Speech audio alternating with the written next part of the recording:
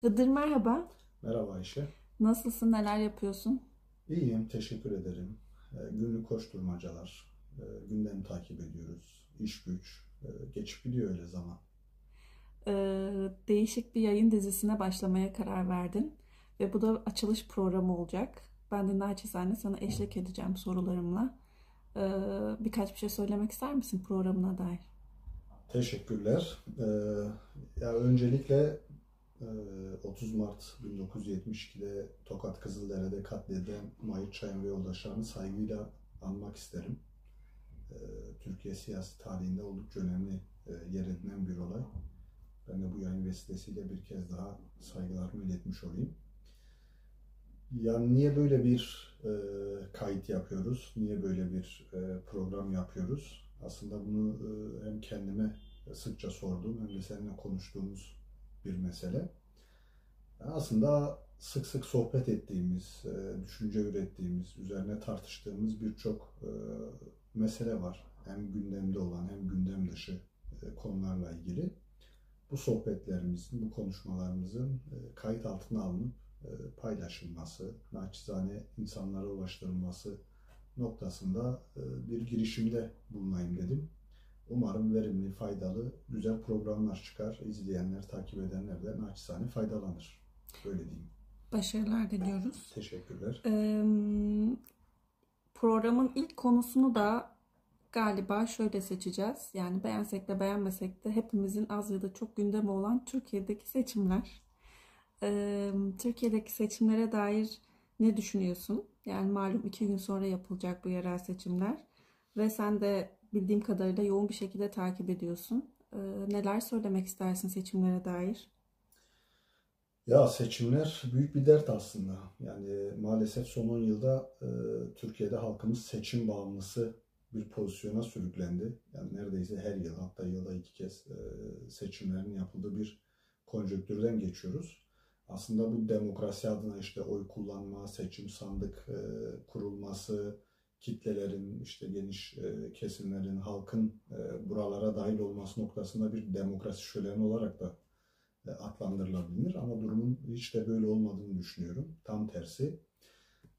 Seçimlere geçmeden önce şöyle kısa bir belirleme yapabilirim. Yani özellikle Gezi ve Kobani sürecinden bu yana, yani 2012-2014 sürecinden sonra bence devlet şöyle bir tehlikenin farkına vardı. Yani kitlelerin kendi hak ve talepleri doğrultusunda sokağa indiği, kendi öz örgütlülüklerini kurduğu, direkt olarak herhangi bir aracı, kurum, mekanizma vesaire olmadan kendi istem ve taleplerini dile getirdiği, bunun için mücadeleye kalkıştığı bir dönem yaşadık ve bu dönem devleti, iktidarı çok fena halde korkuttu. Ve bu süreçten sonra dikkat ederseniz ismini açık faşizm diyeceğimiz çok koyu bir diktatörlük dönemi içerisine girdik. Ve bu sürecin tamamında da neredeyse her yıl seçim manevrasıyla, işte sandıkların kurulmasıyla bir demokrasi şöleni yalanı, balonu yaratıldı ve kitleler buna ortak edilmeye çalışıldı. Ben bunun şundan kaynaklandığını düşünüyorum. Yani eğer bir ülkede ya da herhangi bir yerde kitlelerin kendi istem ve taleplerini, düşüncelerini, tavırlarını, tutumlarını dile getireceği mekanizmalar ne kadar daraltılır, ne kadar azaltılırsa o yerdeki iktidarlar da o kadar başarılı olurlar. Kendi iktidarlarını o kadar sürdürebilirler. Yani aslında kitlelerin devrimci demokratik kitle örgütleriyle, sendikalarla, işte STK'larla, medya aracılığıyla, sokakla, mahalleyle ve benzeri birçok kanaldan bir mücadele süreci örgütlenmesi gerekiyor. Seçimlerde bunlardan bir tanesi sadece. Ama Türkiye'de diğer bütün alanlar bir şekilde tasfiye edildiği, o alanlar kapatıldığı için maalesef elde sadece seçimler kalmış durumda. Bunun altını çizmekte fayda var bence. Yani 31 Mart seçimlerine dair de şöyle düşünüyorum. Yani aslında yerel seçim dediğimiz şey, yani mahalli ve idari seçim olarak isimlendirebiliriz. Bu seçimler işte herhangi bir köydeki, mahalledeki, ilçedeki, ildeki, büyük şehirdeki hizmetin, yani orada yaşayan insanlara işte ulaşım, barınma, elektrik, yol, işte çöplerin toplanması, ne bileyim yani sağlıklı bir şekilde nitelikli bir hizmetin sunulabilmesi için herhangi birinin çıkıp bir birey ya da partinin biz bu hizmetleri size daha iyi şekilde yapacağız. Ya da şu projelerimiz var. Bu projeler ekseninde buradaki yaşam kalitemizi, konforumuzu daha yukarı çekeceğiz deyip insanlardan o istediği, insanların da bu adaylar ya da partiler arasında en çok beğendiği, işte taleplerini en makul gördüğü kişilere oy verip seçtikleri bir dönem, bir süreç olması gerekiyor. Ama Türkiye'de diğer bütün meselelerde olduğu gibi bu meselede sadece bir yerel seçimden ibaret değil. Yani hiçbir şey olmamışsa da kesin bir şeyler olmuştur sözü biraz buna tekabül ediyor. Maalesef yerel seçimlerde hem iktidar içi yani burjuvazinin kendi arasındaki pastadan pay kapma, iktidarını devam ettirme ya da iktidarın el değiştirmesi noktasında verdiği mücadele hem de işte demokrat, ilerici, sol güçlerin ya da işte Türkiye özelinde Kürt siyasal hareketinin, Alevilerin, kadınların, çevrecilerin vesaire buralar üzerinden bir hesaplaşmaya gittiği, buralardan kendilerine bir alan açmaya çalıştığı bir döneme, bir sürece denk geliyor. Bu anlamıyla standart, sıradan işte yaşadığımız Almanya'da, Berlin'deki bir belediye seçimi olarak değerlendiremeyiz. Böyle bir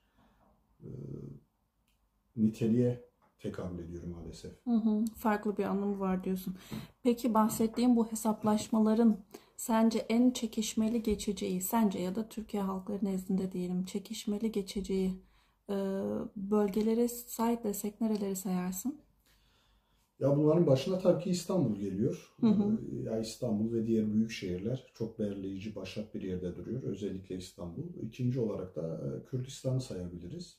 Yani HDP'nin esas da işte devletle yarıştı. Hani partiler gelip geçici işte bir dönem AKP olabiliyor, MHP olabiliyor, Doğru Yol Partisi olabiliyor. Hangi partinin geldiği önemli değil. Çünkü orada bir devlet gerçekliği var ki diğer bütün partilerin de yani Batı'da, Türk illerinde birbiriyle yarışan birçok partinin de Kürdistan'da HDP'ye karşı Dem Parti şu birleştiğini, anki adıyla. şu anki Dem Parti birleştiğini, ortak hareket ettiğini görüyoruz. İşte en son seçimlerde Iğdır, Kars ve benzeri yerlerde ya da birçok yerde birbirine çok rakip olarak görünen burjuva partilerin HDP karşısında bir diğerini desteklediği, yarıştan çekildiği bir gerçeklik var. Yani bu ikisinin çok belirleyici olduğunu düşünüyorum. Ama bunların en önemlisi tabii ki İstanbul. Yani İstanbul şu minvalde önemli. Bugün Cumhur İttifakı olarak atfedilen AKP, MHP ekseninde dönen ve işte bir kısım Atatürkçülerin, Kemalistlerin, ulusalcıların, İslamcıların vesaire bir koalisyonuyla devam eden bir devlet gerçekliği var. Bunun bir takım stratejik, yani dönemsel değil, tamamen stratejik ve uzun vadeli plan programları var ve bunun kurumsallaşabilmesi için özellikle büyük şehirlerin, İstanbul başta olmak üzere Cumhur İttifakı'na geçmesi gerekiyor. Yani niye böyle olması gerekiyor? Birincisi İstanbul Türkiye'nin bildiğin gibi en büyük şehri. Yani tam bu konuda da rakam verilmiyor ama işte 12-15 milyon ya da bundan daha fazla insanın yaşadığı bir şehir. Türkiye'deki üretimin yani sanayi üretiminin, işte hizmet sektörünün, turizmin ve benzeri her şeyin en başat olduğu, en yüksek olduğu illerin başında geliyor. Keza sadece şu dahi diyelim İstanbul Büyükşehir Belediyesi'nin geçenlerde 2024 yılı bütçesi onaylandı.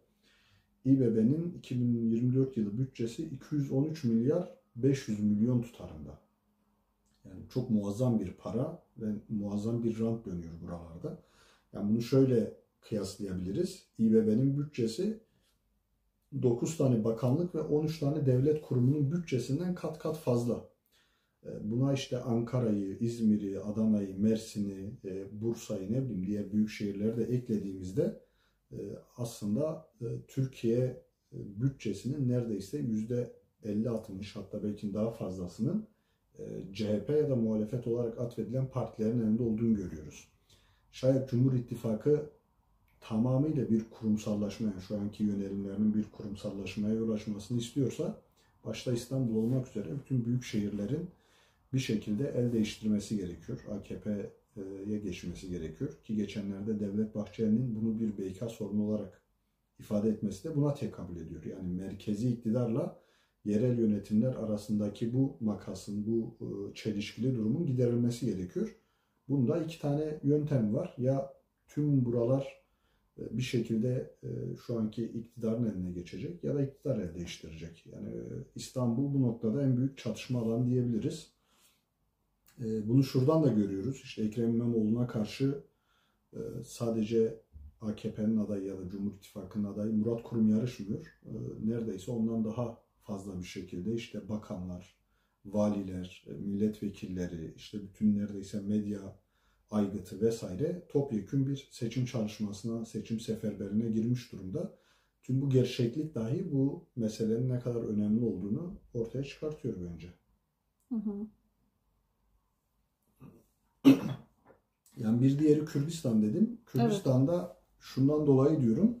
Şimdi hatırlarsan 2015 seçimlerinde, Haziran seçimlerinde HDP tarihi bir oy almış. AKP ilk kez hükümeti kuramayacak bir düşüş yaşamıştı. Ve o dönem devlet mekanizması bir tavır geliştirdi.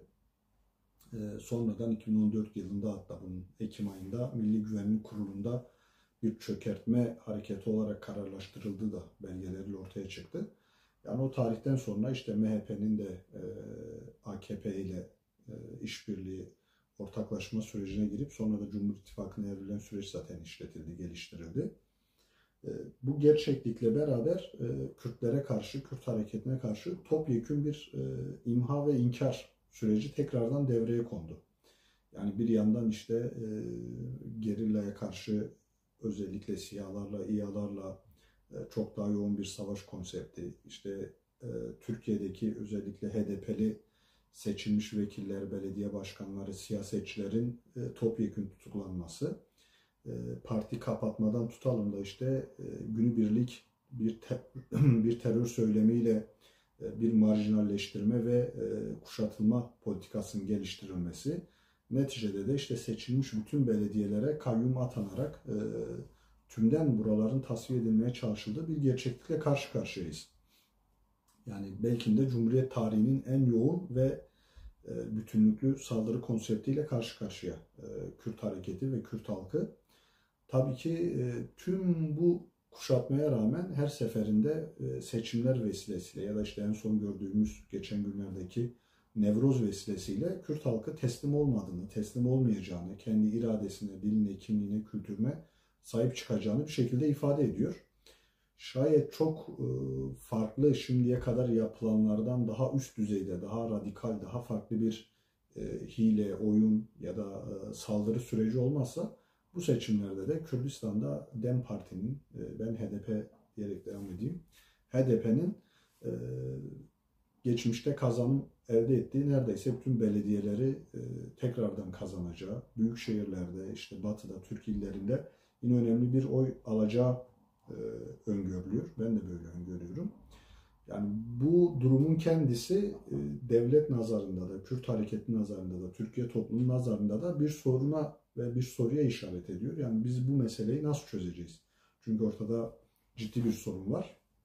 Ve 40 yıllık savaş gerçekliğinin kendisi, son 10 yıldır geliştirilen topyekün imha ve inkar, asimilasyon, hatta siyasi soykırıma varan saldırıların kendisi karşıdaki gücün teslim alınmasına yetmiyor. Bir kesim bunun böyle devam etmesi gerektiğini, bu şekilde devam ettirilerek sorunun bir gün çözüleceğini vesaire düşünüyor. Özellikle işte ırkçı, kafatasçı Türk siyasilerinin ya da toplamının düşüncesi bu yönde. Ama önemli bir kesimde bu meselenin böyle devam etmeyeceğini, bir türlü bu meselenin bu şekilde çözülemeyeceğini bence görüyor. Ama siyasi süreç, konjonktür buna el vermiyor. Yani şu an HDP, daha doğrusu Kürt siyaseti öcüleştirilmiş durumda.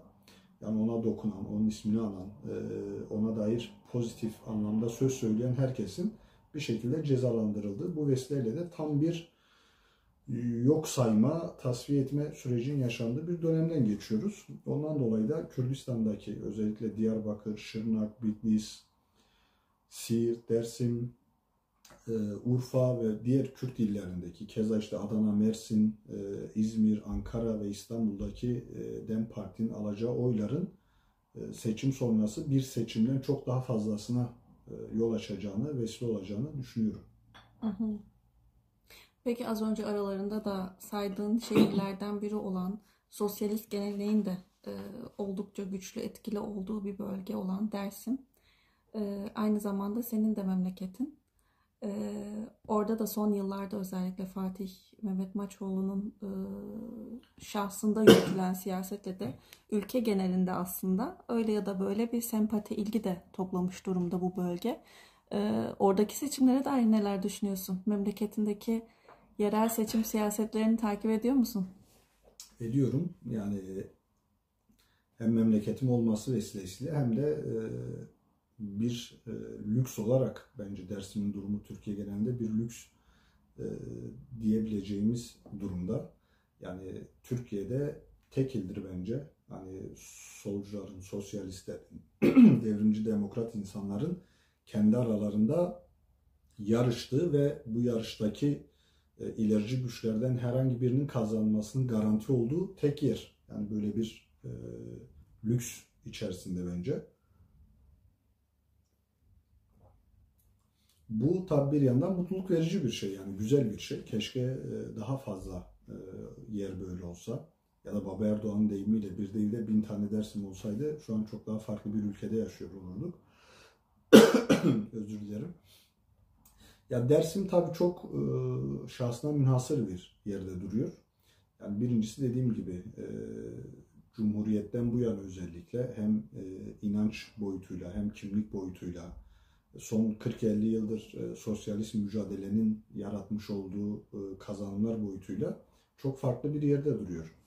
Bundan kaynaklı da hem merkezde hem ilçelerde sosyalistlerin özelde işte Kaypakkaya geleneğinin, Demokratik Halklar Platformu, şimdiki Sosyalist Meclisler Federasyonu'nun, yine Kürt hareketinin, yine diğer devrimci demokrat güçlerin çok güçlü olduğu, söz sahibi olduğu kitleler içerisinde kendilerine alan bulabildikleri şehirlerden biri.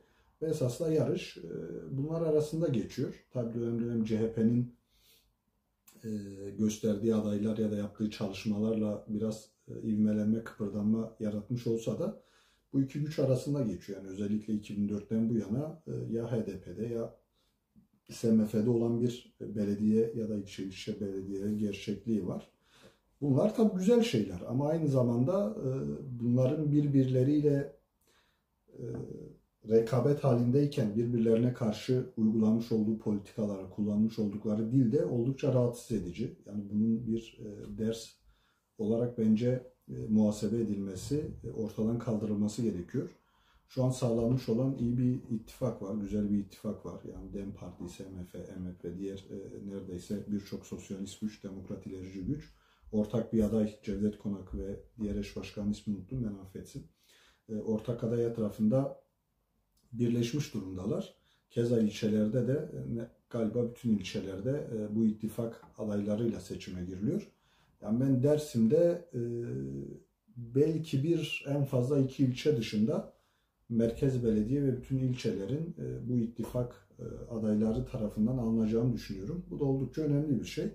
Keza AKP'nin 22 yıldır vekil çıkartamadığı güç ve kazanım elde edemediği tek il de Dersim. Bu yönden de bence gurur verici, övünülmesi gereken bir durum söz konusu.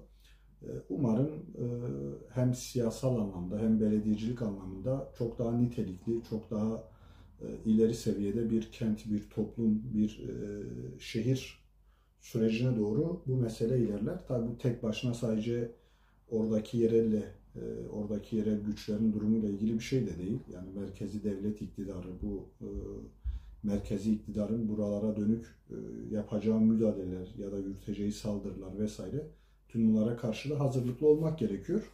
Yani Dersim meselesini kısaca böyle görüyorum. Bence şu an çölde bir vaha durumunda. Bütün Türkiye'nin emekçi, ilerici, devrimci, demokrat güçlerinin buraya sahip çıkması, buradan ders alması gerekiyor diye düşünüyorum. Peki son olarak bölgelere dair eklemek istediğim bir şey yoksa Kadıköy mü diyecektin? diyelim Kadıköy diye. Madem Dersim'den gittik.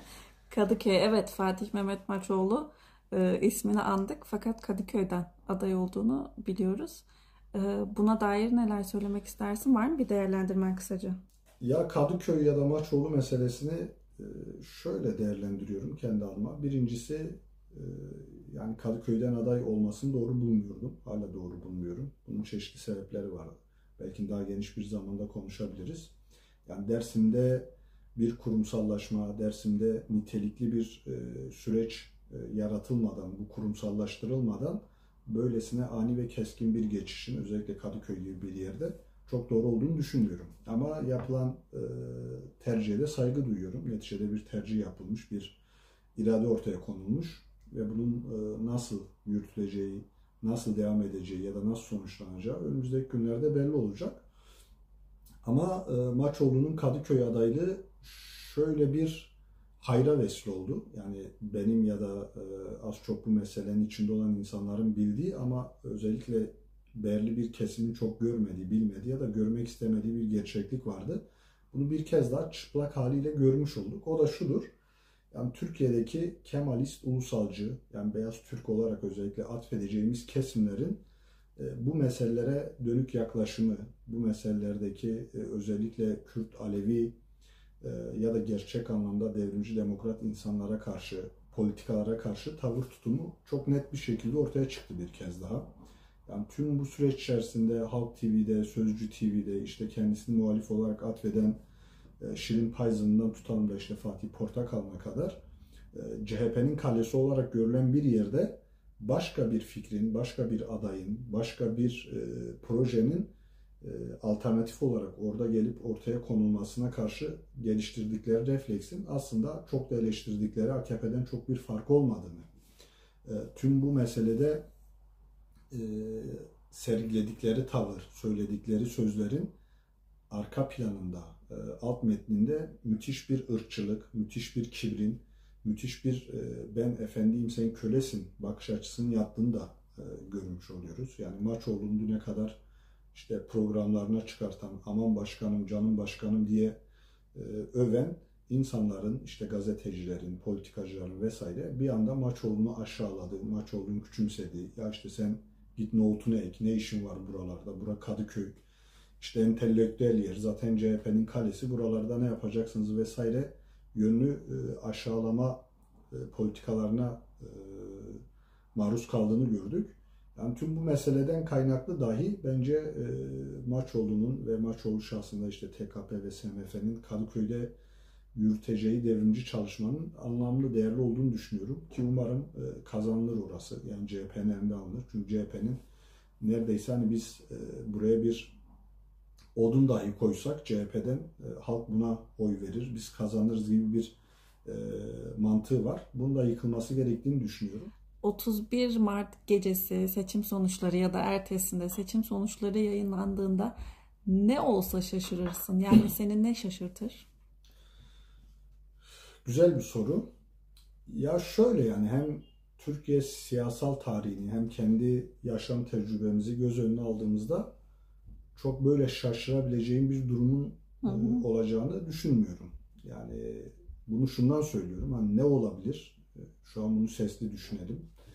Yani seçim iptal edilebilir. Yani seçim yapılmayabilir herhangi bir vesile ise. Ki bu ihtimal dahilinde yani şu an bunu yapabilecek de güçteler. Bunu yaptıklarında hani ne tür sonuçlarla karşılaşılabilir? Bunları hesap ederler elbette. Yani bu şaşırtıcı olur mu? Hani beklenen bir şey olduğu için şaşırtıcı olmaz. Yani beklenmedik, tahayyül etmediğimiz ya da beklemediğimiz bir şey olması gerekiyor ki şaşıralım. Yani seçimin olduktan sonra işte özellikle İstanbul için söylüyorum. İmamoğlu seçilirse tekrardan bir kayyum atama ya da seçimin tekrardan yapılması gündeme gelebilir. Ki 2019 seçimlerinde bu da denendi. Yani bu da şaşırtıcı olmayabilir. DEM Parti'nin kazandığı ya da işte muhalefetin kazandığı özellikle Kürdistan'daki ya diğer illerdeki belediyelere kayyum atanabilir. Zaten yürürlükte olan bir durum. Yani AKP mevcut durumunu güçlendirerek daha fazla belediye alabilir ki bu kadar imkan ve olanağın bütün devletin seferber edildiği bir gerçeklikte gayet normal bir şey. Ya da muhalefet var olan gücünü koruyup ilerletebilir. Bu da beklenmedik bir durum değil. Yani çok böyle şaşırabileceğim bir durumun olabileceğini zannetmiyorum. Eğer bir devrim, bir darbe, bir alt üst vesaire olmayacaksa. Ama şuna şaşırabilirim.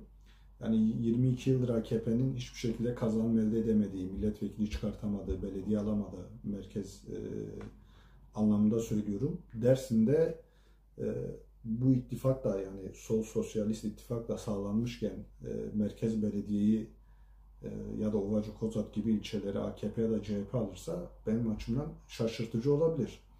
Yani onun dışında çok böyle görmediğimiz ya da beklenmedik ne olabilir diye düşünmek gerekiyor. Şu anki saydığım o e, durumlar içerisinde beni şaşırtacak herhangi bir şey yok açıkçası. Evet. Eklemek istediğin bir şey var mı? Eklemek istediğim bir şey yok. Çok teşekkürler sorularım ve yayına katkım vesilesiyle.